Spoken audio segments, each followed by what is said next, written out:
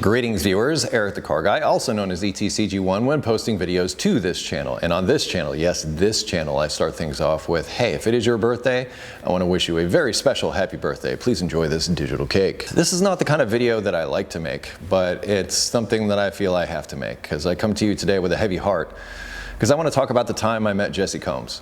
And for those of you that aren't in the know, last week on August 27th, 2019, Jessi was attempting to break the land speed record again and lost her life in the process. And I've got to say that I was very sad to hear that. I got a text from my dad. That's how I heard it. He said, you know, I knew that you knew her, which isn't necessarily true. I met her once, and I'm not going to sit here and claim to have known her, but I feel privileged that I got the opportunity to meet her in person at least once.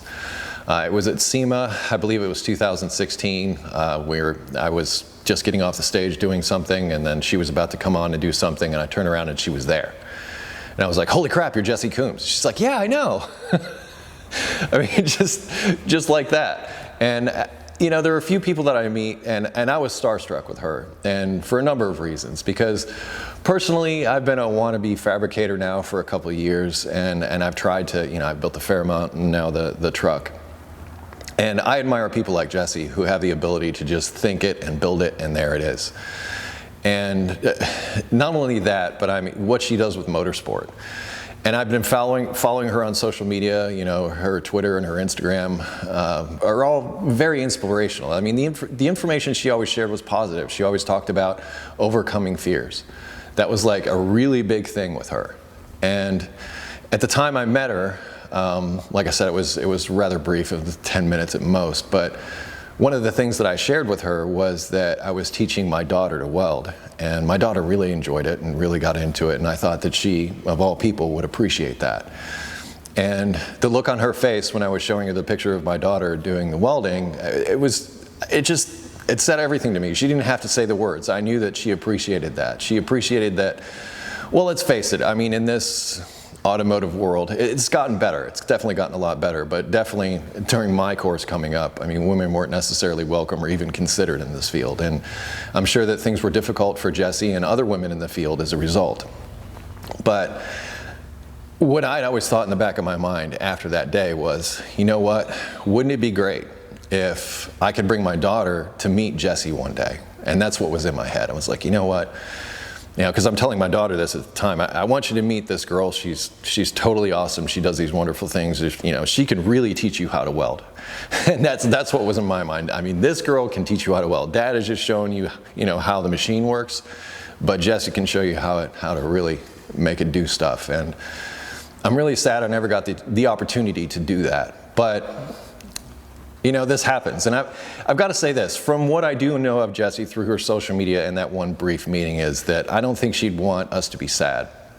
I think she'd want us to celebrate her life. I think that, you know, we all should remember that she died doing something she loved, that she, you know, just was so passionate about and what she did. And what more can somebody ask?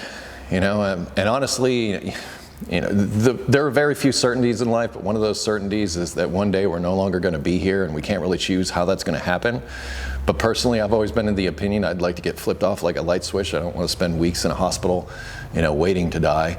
But she didn't have to suffer that. But, you know, I could have used a few more decades with Jessi, personally. That's just how I feel about it, because, like I said, I would have loved for my daughter to have met her someday.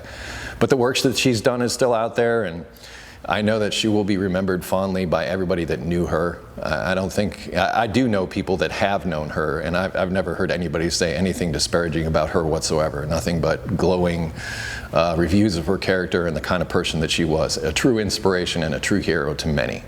Not just women, but also just people in the industry. I mean, the things that she was able to do. She even had a stint on MythBusters for a while, which is where many of you may have been introduced to her. But I just wanted to share that with you, and put links in the description to, you know, Jessi and the kind of work and the kind of things that she did. But my takeaway, and something that I'd like to leave with you, is one of the big themes with Jessi seemed to be about bravery and overcoming fears, and just trying things that you haven't done before just for the sake of doing it, because that's what life is for, and that's how she lived her life.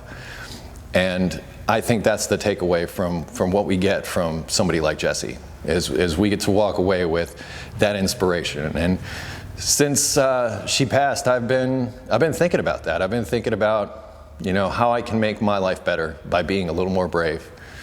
And that's because of you, Jessi. Anyway, be safe, have fun, stay dirty. You know about Eric the Car Guy, all that stuff will be linked in the description. I'll see you next time.